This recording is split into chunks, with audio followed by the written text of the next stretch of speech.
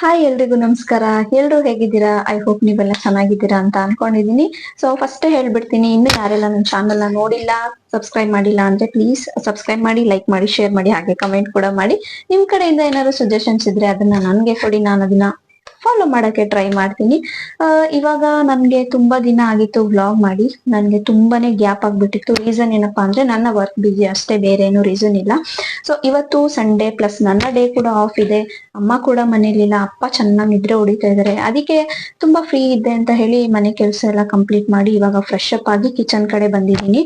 So morning ಏನೆಲ್ಲ ತಿಂಡಿ ಮಾಡಿದೆ, ನಾನ್ ಏನ್ ಕೊಡ್ದೆ ಅನ್ನೋದನ್ನ ರೆಸಿಪಿನ ನಾನ್ ಶೇರ್ ಮಾಡ್ತೀನಿ. ಜೊತೆಗೆ ಆಫ್ಟರ್ನೂನ್ಗೆ ನಾನು ಏನ್ ಕುಕ್ ಮಾಡ್ತಾ ಇದ್ದೀನಿ ಗೊತ್ತಾ? It's a secret.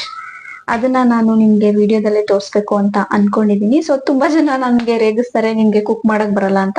So do watch this video. Thank you. ಇವತ್ತು ಸಂಡೇ ಆಗಿರೋದ್ರಿಂದ ಅಡುಗೆ ಮಾಡೋದು ಲೇಟ್ ಆಗುತ್ತೆ ಅಂತ ಹೇಳಿ ಅಪ್ಪನಿಗೆ ಓಟ್ಸ್ ಮಾಡಿಕೊಡೋಣ ಅಂತ ಹೇಳಿಬಿಟ್ಟು ಒಂದು ಬಾಣಲಿಗೆ ನೀರು ಹಾಕಿ ಅದನ್ನು ಕುದಿಯೋದಕ್ಕೆ ಬಿಟ್ಟೆ. ಓಟ್ಸ್ ತುಂಬಾ ಈಸಿ, ಬೇಗ ಮಾಡ್ಕೊಬೋದು. ಇನ್ನೊಂದು ಕಡೆ ನಾನು ಎಷ್ಟು ಓಟ್ಸ್ ಬೇಕೋ ಅನ್ನೋದನ್ನು ಮೆಜರ್ ಮಾಡ್ಕೊಂಡು ಎತ್ತಿಟ್ಕೊತಾ ಇದ್ದೀನಿ. ಅಪ್ಪಂಗೆ 2 ಕಪ್ ಓಟ್ಸ್ ಕೊಟ್ಟರೆ ಅದೇ ಜಾಸ್ತಿ ಆಗಿಬಿಡುತ್ತೆ, ಸೊ ಸಾಕು ಅಂತ ಹೇಳಿಬಿಟ್ಟು. ನನಗೂ ಕೂಡ ಸ್ಮೂದಿ ಮಾಡ್ಕೊಬೇಕಾಗಿತ್ತು, ಅದಕ್ಕೆ ನಾನು ಒಂದು ಪಾತ್ರೆಗೆ ಹಾಕಿ ಬಿಸಿನೀರು ಹಾಕಿ ಅದನ್ನು ನೆನೆಸಿ ಇಟ್ಕೊಳ್ಳೋಣ ಅಂತ ಹೇಳಿ ನೆನೆಸ್ಕೊತಾ ಇದ್ದೀನಿ. ನೆನೆಸಾದ್ಮೇಲೆ ಈ ಕಡೆ ನೋಡಿದ್ರೆ ನೀರು ಚೆನ್ನಾಗಿ ಬಾಯ್ಲ್ ಆಗಿತ್ತು. ಸೊ ಅದು ಬಾಯ್ಲ್ ಆದಮೇಲೆ ನಾನು ಅದಕ್ಕೆ ಸ್ವಲ್ಪ ಮಿಲ್ಕನ್ನು ಆ್ಯಡ್ ಮಾಡಿಕೊಂಡೆ. ಓಟ್ಸಲ್ಲೇ ಮಿಲ್ಕ್ ಇರೋದ್ರಿಂದ ನೀವು ತುಂಬ ಜಾಸ್ತಿ ಮಿಲ್ಕ್ ಹಾಕೋ ಅವಶ್ಯಕತೆ ಇರಲ್ಲ, ಸ್ವಲ್ಪ ಹಾಕಿದ್ರೇ ಸಾಕು, ಅದೇ ಜಾಸ್ತಿ ಆಗಿಬಿಡುತ್ತೆ. ಸೊ ಮಿಲ್ಕು ಚೆನ್ನಾಗಿ ಕುದಿಯೋಕ್ಕೆ ಸ್ಟಾರ್ಟ್ ಆಯಿತು. ಸೊ ಅದು ಕುದಿಬೇಕಾದ್ರೆ ನಾನು ಮೆಜರ್ ಮಾಡಿ ಎತ್ತಿಟ್ಕೊಂಡಿದ್ನಲ್ಲ, ಆ ಓಟ್ಸ್ನ ನಾನು ಆ್ಯಡ್ ಮಾಡಿಕೊಂಡೆ. ಅದಕ್ಕೆ ಆ್ಯಡ್ ಮಾಡಾದಮೇಲೆ ನೀವು ತುಂಬ ಹೊತ್ತು ಬೇಯಿಸಬೇಕು. ಓಟ್ಸು ಸ್ವಲ್ಪ ಬೇಯೋದಕ್ಕೆ ಟೈಮ್ ತಗೊಳ್ಳುತ್ತೆ. ಸೊ ಅದು ಚೆನ್ನಾಗಿ ಬಾಯ್ಲ್ ಆದಮೇಲೆ ನಾನು 2 ಟೇಬಲ್ ಸ್ಪೂನಷ್ಟು ಸಕ್ಕರೆನ ತೊಗೊಂಡಿದ್ದೆ, ಸಾಕು ಅಂತ ಹೇಳಿಬಿಟ್ಟು. ಯಾಕೆಂದರೆ ಶುಗರ್ ಇರೋರಿಗೆ ಸಕ್ಕರೆ ಆದಷ್ಟು ಕಡಿಮೆ ಕೊಡಬೇಕು. ನಮ್ಮಪ್ಪ ಜೇನುತುಪ್ಪ ಹಾಕಿದ್ರೆ ತಿನ್ನಲ್ಲ, ಅದಕ್ಕೆ ನಾನು ಶುಗರ್ ಆ್ಯಡ್ ಮಾಡ್ಕೊಳ್ತೀನಿ. ಸೊ ನೀವು ಆದಷ್ಟು ಜೇನುತುಪ್ಪನ ಆ್ಯಡ್ ಮಾಡ್ಕೊಳ್ಳಿ. ಯಾಕೆ ಅಂತ ಹೇಳಿದ್ರೆ ತುಂಬಾ ಒಳ್ಳೆಯದು ಜೇನುತುಪ್ಪ ಆ್ಯಡ್ ಮಾಡ್ಕೊಳ್ಳೋದ್ರಿಂದ ಓಟ್ಸಿಗೆ. ಜೊತೆಗೆ ಟೇಸ್ಟ್ ಕೂಡ ಸ್ವಲ್ಪ ಚೆನ್ನಾಗಿರುತ್ತೆ. ಸಕ್ಕರೆ ಹಾಕಿದ್ರೆ ಏನಿಲ್ಲ, ಬಟ್ ಆದ್ರೂ ಜೇನುತುಪ್ಪ ಒಳ್ಳೆಯದು ಅನ್ನೋ ರೀಸನ್ಗೆ ಎಲ್ಲರೂ ಜೇನುತುಪ್ಪನ ಪ್ರಿಫರ್ ಮಾಡ್ತಾರೆ. ಸೊ ನಾನು ಮಾಡಿಕೊಂಡ್ರೆ ನಾನು ಆಲ್ಮೋಸ್ಟ್ ಆಲ್ ನಾನು ಜೇನುತುಪ್ಪನೇ ಹಾಕೊಳ್ಳೋದು. ಸೊ ಅಪ್ಪ ತಿನ್ನಲ್ಲ ಅಂತ ಹೇಳಿಬಿಟ್ಟು ಅವ್ರಿಗೆ ಸಕ್ಕರೆ ಹಾಕಿದ್ದೀನಿ ಅಷ್ಟೇ. ಸೊ ಚೆನ್ನಾಗಿ ಬಾಯ್ಲ್ ಆಯಿತು ಇದು. ಸೊ ಇದು ಬೆಂದ ಮೇಲೆ ಇದನ್ನು ನಾನು ನಾರ್ಮಲಾಗಿ ಒಂದು ಪಾತ್ರೆಗೆ ಎತ್ತಿಟ್ಕೊಂಡು ಅದಕ್ಕೆ ಒಂದು ಬಾಳೆಹಣ್ಣ ಕಟ್ ಮಾಡ್ಕೊಂಡಿದ್ದೆ, ಅದನ್ನು ಆ್ಯಡ್ ಮಾಡಿ ನಾನು ಅಪ್ಪನಿಗೆ ತೊಗೊಂಡೋಗಿ ಕೊಟ್ಟೆ. ಓಟ್ಸ್ಗೆ ನೀವು ಬಾಳೆಹಣ್ಣಾದರೂ ಹಾಕೊಬೋದು, ಆ್ಯಪಲ್ ಆದರೂ ಹಾಕೊಬೋದು, ಡ್ರೈ ಫ್ರೂಟ್ಸ್ ಏನಿರುತ್ತೆ ಎಲ್ಲನೂ ಹಾಕ್ಕೊಂಡು ತಿನ್ಬೋದು. ಸೊ ಚೆನ್ನಾಗಿ ಫ್ರೂಟ್ಸ್ ತಿಂತಾರೆ ಅಂತ ಹೇಳೋರಿಗೆ ನೀವು ಎಲ್ಲ ಮಿಕ್ಸ್ ಮಾಡಿ ಕೊಟ್ಟರೆ ಸ್ವಲ್ಪ ಹೆಲ್ದಿಯಾಗಿರುತ್ತೆ. ನಾನಿಲ್ಲಿ ಜಸ್ಟು ಬಾಳೆಹಣ್ಣ ಹಾಕ್ಕೊತಾ ಇದ್ದೀನಿ, ಸಾಕು, ಸಿಂಪಲ್ಲಾಗಿ ಲೈಟಾಗಿರಲಿ ಅಂತ ಹೇಳಿಬಿಟ್ಟು. ಸೊ ಫೈನಲಿ ಈ ಥರ ಇತ್ತು ಓಟ್ಸು. ಇನ್ನು ನನಗೆ ಸ್ಮೂದಿಗೆ ಅಂತ ಹೇಳಿ ಚಿಯಾ ಸೀಡ್ಸು ಮತ್ತು ಸ್ವಲ್ಪ ಡ್ರೈ ಫ್ರೂಟ್ಸ್ನ ನೆನೆಸ್ಕೊಳ್ಳೋಣ ಅಂತ ಹೇಳಿಬಿಟ್ಟು ಚಿಯಾ ಸೀಡ್ಸ್ಗೆ ಬಿಸಿನೀರು ಹಾಕಿಟ್ಟೆ. ಜೊತೆಗೆ ಒಂದಷ್ಟು ಡ್ರೈ ಫ್ರೂಟ್ಸ್ನ ತೊಗೊಂಡು ಅದನ್ನು ಕೂಡ ನಾನು ಬಿಸಿನೀರಲ್ಲೇ ಹಾಕಿಬಿಡೋಣ ಅಂತ ಹೇಳಿ ನೆನೆಸ್ಕೊತಾ ಇದ್ದೀನಿ. ನೀವು ನೈಟೇ ಸೋಕ್ ಮಾಡಿಟ್ರೆ ತುಂಬಾ ಚೆನ್ನಾಗಿ ಬರುತ್ತೆ ಸ್ಮೂದಿ. ನನಗೆ ನೈಟ್ ನೆನಪಿರಲಿಲ್ಲ, ಮರ್ತೋಗ್ಬಿಟ್ಟಿದ್ದೆ. ಅದಕ್ಕೆ ನಾನು ಬೆಳಗ್ಗೆ ಹಾಕೋತಾ ಇರೋದ್ರಿಂದ ನಾನು ಬಿಸಿನೀರಿಗೆ ಹಾಕಿ ಅದು ಚೆನ್ನಾಗಿ ಸೋಕಾಗೋವರೆಗೆ ಬಿಟ್ಟಿದ್ದೆ. ಅದಾದಮೇಲೆ ಒಂದು ಜಾರ್ ತೊಗೊಂಡು ನಾರ್ಮಲಾಗಿ ನೆನೆಸಿಟ್ಕೊಂಡಿರೋ ಡ್ರೈ ಫ್ರೂಟ್ಸು ಮತ್ತು ಓಟ್ಸ್ ಏನು ನೆನೆಸಿಟ್ಟಿದ್ದೆ ಅದನ್ನು ಹಾಕಿ ಸ್ವಲ್ಪ ಅದಕ್ಕೆ ನಾನು ಬಾಳೆಹಣ್ಣು ಮತ್ತು 1 ಟೇಬಲ್ ಸ್ಪೂನ್ ಅಷ್ಟೇನೋ ನಾನು ಜೇನುತುಪ್ಪನ ಆ್ಯಡ್ ಮಾಡಿಕೊಂಡು ಅದನ್ನು ಚೆನ್ನಾಗಿ ಗ್ರೈಂಡ್ ಮಾಡಿಕೊಂಡೆ ನಾರ್ಮಲಾಗಿ. ಅದು ಗ್ರೈಂಡ್ ಅಂತ ಹೇಳಿದ್ರೆ ನಿಮಗೆ ತುಂಬ ನೈಸಾಗಿ ಗ್ರೈಂಡ್ ಮಾಡ್ಕೊಬೇಡಿ, ಅಷ್ಟೊಂದೇನು ಚೆನ್ನಾಗಿರಲ್ಲ. ಸ್ವಲ್ಪ ತರಿಯಾಗಿದ್ದರೆ ನಿಮಗೆ ಚೆನ್ನಾಗಿ ಅನಿಸುತ್ತೆ. ನನಗೆ ಆಲ್ಮೋಸ್ಟ್ ಆಲ್ ನಾನು ತರಿಯಾಗೇ ಸ್ಮೂದೀಸ್ ಎಲ್ಲನೂ ಕುಡಿಯೋದು. ತುಂಬ ನೈಸ್ ಆದರೆ ನನಗೆ ಅಷ್ಟೊಂದೇನು ಇಷ್ಟ ಆಗೋಲ್ಲ. ಸೊ ಅದಾದಮೇಲೆ ಅದ್ರ ಮೇಲೆ ಸ್ವಲ್ಪ ಚಿಯಾ ಸೀಡ್ಸ್ನ ಹಾಕ್ಕೊಂಡು ನಾನು ಅದನ್ನು ಕುಡಿದೆ. ಸೊ ಅಷ್ಟೇ ನನ್ನ ಬ್ರೇಕ್ಫಾಸ್ಟ್ ಆಗಿತ್ತು. ಇಲ್ಲಿ ಮಧ್ಯಾಹ್ನಕ್ಕೆ ನಾನು ಬಿರಿಯಾನಿ ಮಾಡೋಣ ಅಂತ ಆಲ್ರೆಡಿ ನಮ್ಮಮ್ಮಗೆ ಹೇಳ್ಕೊಂಡಿದ್ದೆ, ಬಿರಿಯಾನಿ ಮಾಡಬೇಕು ಮಧ್ಯಾಹ್ನ ಅಂತ ಹೇಳಿಬಿಟ್ಟು. ಅದಕ್ಕೆ ಒಂದು ಕುಕ್ಕರ್ಗೆ ಎಣ್ಣೆ ಹಾಕ್ಕೊಂಡು ಅದಕ್ಕಾದಮೇಲೆ ಪಲಾವ್ ಎಲೆ, ಕಸೂರಿ ಮೇಥಿ ಮತ್ತು ಅದ್ರದ್ದು ಫ್ಲವರ್ ಏನಿರುತ್ತೆ ಬಾತಿಗೆ ಹಾಕೋದು, ಅದನ್ನೆಲ್ಲ ಆ್ಯಡ್ ಮಾಡಿಕೊಂಡು ಸ್ವಲ್ಪ ಹಂಗೆ ನಾರ್ಮಲಾಗಿ ರೋಸ್ಟ್ ಮಾಡಿಕೊಂಡೆ. ಸೊ ಅದು ಒಂದು ಸ್ವಲ್ಪ ರೋಸ್ಟ್ ಆದ್ರೇ ಸಾಕು. ಇಲ್ಲಿ ಲೈಟಾಗಿ ರೋಸ್ಟ್ ಮಾಡಿ ನೆಕ್ಸ್ಟು ನಾನೇನು ಈರುಳ್ಳಿ ಕಟ್ ಮಾಡ್ಕೊಂಡಿದ್ದೆ ಅದನ್ನು ಆ್ಯಡ್ ಮಾಡ್ಕೊಳ್ತೀನಿ. ಸೊ ಈರುಳ್ಳಿ ನಿಮಗೆ ಸ್ವಲ್ಪ ಬ್ರೌನಿಷ್ ಕಲರ್ ಬರೋವರೆಗೂ ನೀವು ಅದನ್ನು ಫ್ರೈ ಮಾಡ್ಕೊಬೇಕು. ಸೊ ಈರುಳ್ಳಿ ಸ್ಮೆಲ್ಲೆಲ್ಲ ಹೋಗಿದೆ ಅಂತ ಗೊತ್ತಾದಾಗ ತೊಳೆದಿಟ್ಕೊಂಡಿರ್ತೀರಲ್ಲ ಚಿಕನ್ನು, ನಾನೇನು ಚಿಕನ್ ತೊಳೆದಿರಲಿಲ್ಲ, ಯಾಕೆಂದರೆ ನಮ್ಮ ಅಮ್ಮನೇ ತೊಳೆದು ಎಲ್ಲ ನೀಟಾಗಿ ಮುಚ್ಚೆಲ್ಲ ಇಟ್ಬಿಟ್ಟು ಹೋಗ್ಬಿಟ್ಟಿದ್ರು. ನಾನು ಜಸ್ಟು ಬರೀ ವೆಜಿಟೇಬಲ್ಸ್ ಕಟ್ ಮಾಡಿಕೊಂಡು ಬಿರಿಯಾನಿ ಸ್ಟಾರ್ಟ್ ಮಾಡಿದ್ದಷ್ಟೇ. ಸೊ ನಾನಿಲ್ಲಿ ಚೆನ್ನಾಗಿ ಅದು ಫ್ರೈ ಆಗೋದಕ್ಕೆ ತುಂಬ ಹೊತ್ತು ಫ್ರೈ ಮಾಡಿದೆ ನಾನು, ಯಾಕೆಂದರೆ ನನಗೆ ಈರುಳ್ಳಿ ಸ್ವಲ್ಪ ಬ್ರೌನಿಷ್ ಕಲರ್ ಬಂದರೆ ಬಿರಿಯಾನಿ ಟೇಸ್ಟಾಗಿರುತ್ತೆ ಅಂತ ಅನ್ನಿಸ್ತು, ಅದಕ್ಕೋಸ್ಕರ. ಸೊ ಇವಾಗಿದು ಚೆನ್ನಾಗಿ ಬಾಯ್ಲ್ ಆಗಿತ್ತು. ಸೊ ಇವಾಗ ತೊಳೆದಿಟ್ಕೊಂಡಿರೋವಂಥ ಚಿಕನ್ ಎತ್ಕೊಂಡು ಅದಕ್ಕೆ ಸೇರಿಸ್ಕೊಂಡು, ಸೊ ಅದನ್ನು ಸ್ವಲ್ಪ ನೀವು ಅದಕ್ಕೆ ಅರಿಶಿನದ ಪುಡಿ ಹಾಕಿ ನೀಟಾಗಿ ಅದನ್ನು ಬೇಯಿಸ್ಕೊಬೇಕು. ಚಿಕನ್ನು ಅರಿಶಿನ ಈರುಳ್ಳಿಯಲ್ಲಿ ಎಷ್ಟು ಬೇಯುತ್ತೋ ಅಷ್ಟು ನಿಮಗೆ ಬಿರಿಯಾನಿ ತುಂಬಾ ಟೇಸ್ಟಾಗಿ ಬರುತ್ತೆ. ನಾನಿಲ್ಲಿ ಅರಿಶಿನ ಹಾಕ್ಕೊಂಡು ಚಿಕನ್ನು ನೀರು ಬಿಟ್ಕೊಂಡು ಒಂದು ಸಲ ನೀರು ಬಿಟ್ಕೊಬೇಕು, ಮತ್ತು ಅದು ಕಂಪ್ಲೀಟಾಗಿ ಡ್ರೈ ಆಗಬೇಕು, ಅಲ್ಲಿವರೆಗೂ ನೀವು ಚೆನ್ನಾಗಿ ಅದನ್ನು ರೋಸ್ಟ್ ಮಾಡ್ಕೊಬೇಕು. ಸೊ ಚಿಕನ್ ಬೆಂದಷ್ಟು ಬಿರಿಯಾನಿ ಚೆನ್ನಾಗಿ ಬರುತ್ತೆ ನಿಮಗೆ. ಸೊ ನಾನು ಅದಕ್ಕೆ ಅರಿಶಿನ ಈರುಳ್ಳಿ ಹಾಕಿದ್ಮೇಲೆ ತುಂಬಾ ಫ್ರೈ ಮಾಡಿದೆ ಅದನ್ನು. ಸೊ ಅದು ನೀಟಾಗಿ ಬಾಯ್ಲ್ ಆಯಿತು. ಸೊ ಅದು ನೀಟಾಗಿ ಫ್ರೈ ಆದಾಗ ನಾನು 2 ಟೊಮೆಟೊ ತೊಗೊಂಡಿದ್ದೆ ಅಷ್ಟೇ ಸಾಕು ಬಿರಿಯಾನಿಗೆ. ಟೊಮೆಟೊ ಜಾಸ್ತಿ ಹಾಕಬಾರ್ದು, ಹುಳಿ ಬರುತ್ತೆ. ಅದಕ್ಕೆ ನಾನು 2 ಟೊಮೆಟೊ ಕಟ್ ಮಾಡ್ಕೊಂಡಿದ್ನಲ್ಲ ಅದನ್ನು ಹಾಕಿ ಮತ್ತೆ ನೀಟಾಗಿ ಫ್ರೈ ಮಾಡೋದಕ್ಕೆ ಸ್ಟಾರ್ಟ್ ಮಾಡಿದೆ. ಸೊ ಈರುಳ್ಳಿ ಟೊಮೆಟೊ ಎಷ್ಟು ಬೇಯುತ್ತೋ ಅಷ್ಟು ನಿಮಗೆ ಬಿರಿಯಾನಿ ಟೇಸ್ಟ್ ಅಂತಲೇ ಹೇಳ್ಬೋದು. ಅದಾದಮೇಲೆ ಮೆಣಸಿನ್ಕಾಯಿ ತೊಗೊಂಡೆ. ಮೆಣಸಿನ್ಕಾಯಿ ನಿಮಗೆ ಗೊತ್ತಿರುತ್ತೆ, ಖಾರ ತುಂಬ ಜಾಸ್ತಿ ತಿಂದರೆ ಜಾಸ್ತಿ ಹಾಕ್ಕೊಳ್ಳಿ, ಇಲ್ಲಾಂದರೆ ನೋಡ್ಕೊಂಡು ಹಾಕ್ಕೊಳ್ಳಿ ಮೆಣಸಿನ್ಕಾಯಿ. ನಾನಿಲ್ಲಿ ನಮ್ಮನೇಲಿ ಸ್ವಲ್ಪ ಖಾರ ಕಡಿಮೆನೇ ತಿನ್ನೋದು, ಅದಕ್ಕೆ ಒಂದು 5 ಮೆಣಸಿನ್ಕಾಯಿ ಹಾಕ್ಕೊಂಡಿದ್ದೀನಿ ಅಷ್ಟೇ. ಅದು ಹಾಕ್ಕೊಂಡ್ಮೇಲೂ ನೀವು ಚೆನ್ನಾಗಿ ಡೀಪ್ ಫ್ರೈ ಮಾಡ್ಕೊಬೇಕು ಬಿರಿಯಾನಿನ. ಅದು ಡೀಪ್ ಫ್ರೈ ಆದರೆ ಕಂಪ್ಲೀಟಾಗಿ ಆಲ್ಮೋಸ್ಟ್ ಆಲ್ ಮುಗ್ದಂಗೆ ಲೆಕ್ಕ. ಸೊ ಇದು ಚೆನ್ನಾಗಿ ಫ್ರೈ ಆಗೋದಕ್ಕೆ ನಾನು ಬಿಟ್ಟಿದ್ದೆ ಒಂದು ಸ್ವಲ್ಪ ಹೊತ್ತು.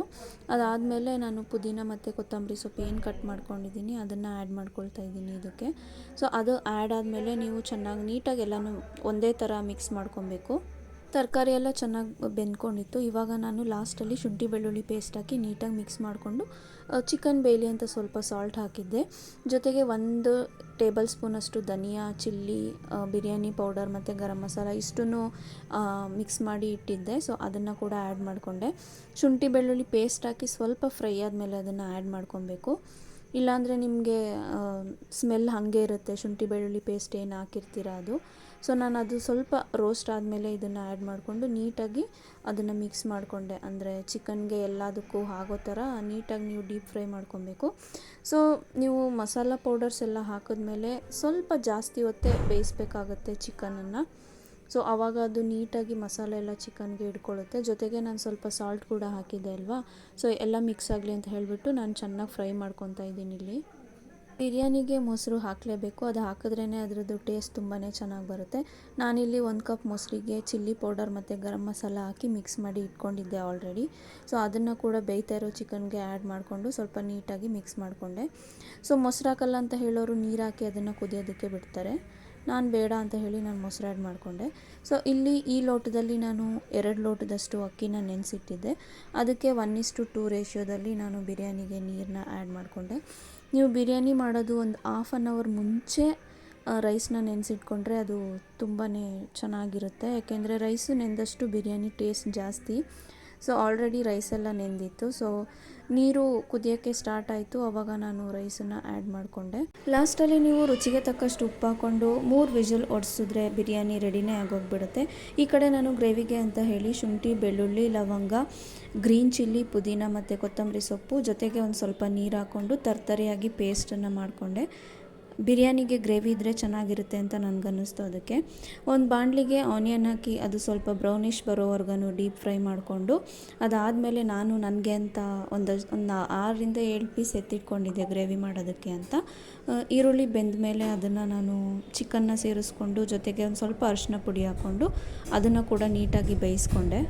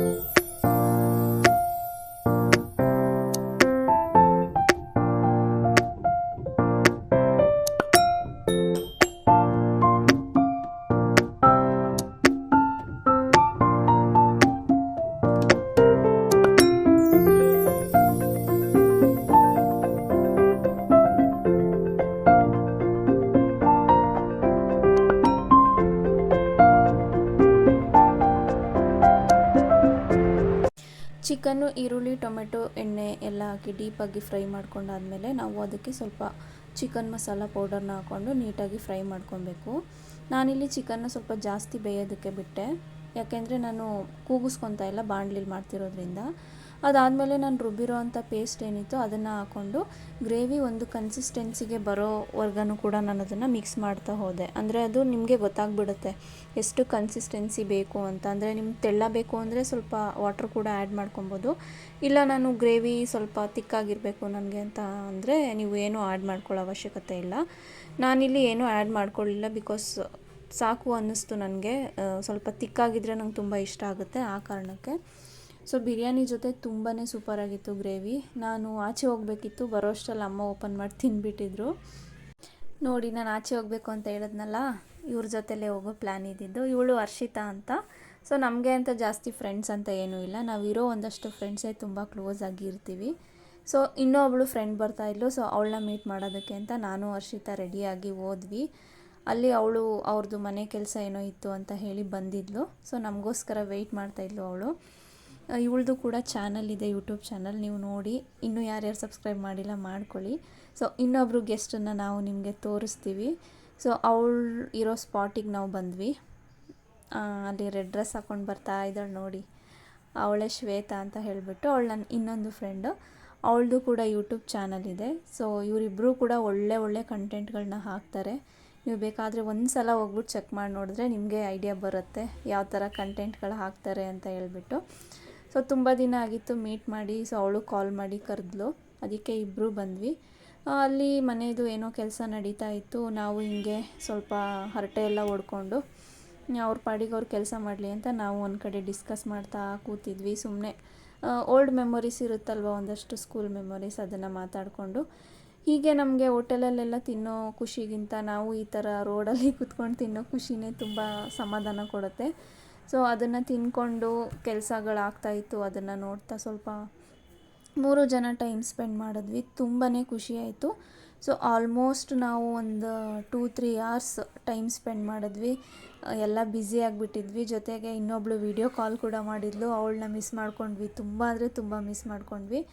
ಫೈನಲಿ ನಮ್ಮ ಶ್ವೇತಕ್ಕ ಸ್ಕೂಟಿ ಕಲಿಯೋಕ್ಕೆ ಟ್ರೈ ಮಾಡಿದ್ರು. ಅನ್ಫಾರ್ಚುನೇಟ್ಲಿ ಅದು ಆಗಲಿಲ್ಲ.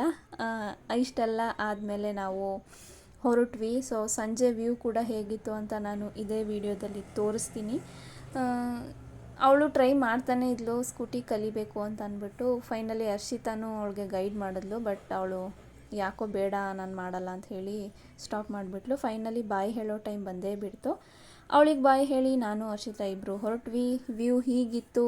ಐ ಹೋಪ್ ನಿಮಗೆ ಈ ವಿಡಿಯೋ ಇಷ್ಟ ಆಯಿತು ಅಂತ ಅಂದ್ಕೊಳ್ತೀನಿ. ಇಷ್ಟ ಆಗಿದ್ದರೆ ಪ್ಲೀಸ್ ಲೈಕ್ ಮಾಡಿ, ಶೇರ್ ಮಾಡಿ, ಸಬ್ಸ್ಕ್ರೈಬ್ ಮಾಡಿ.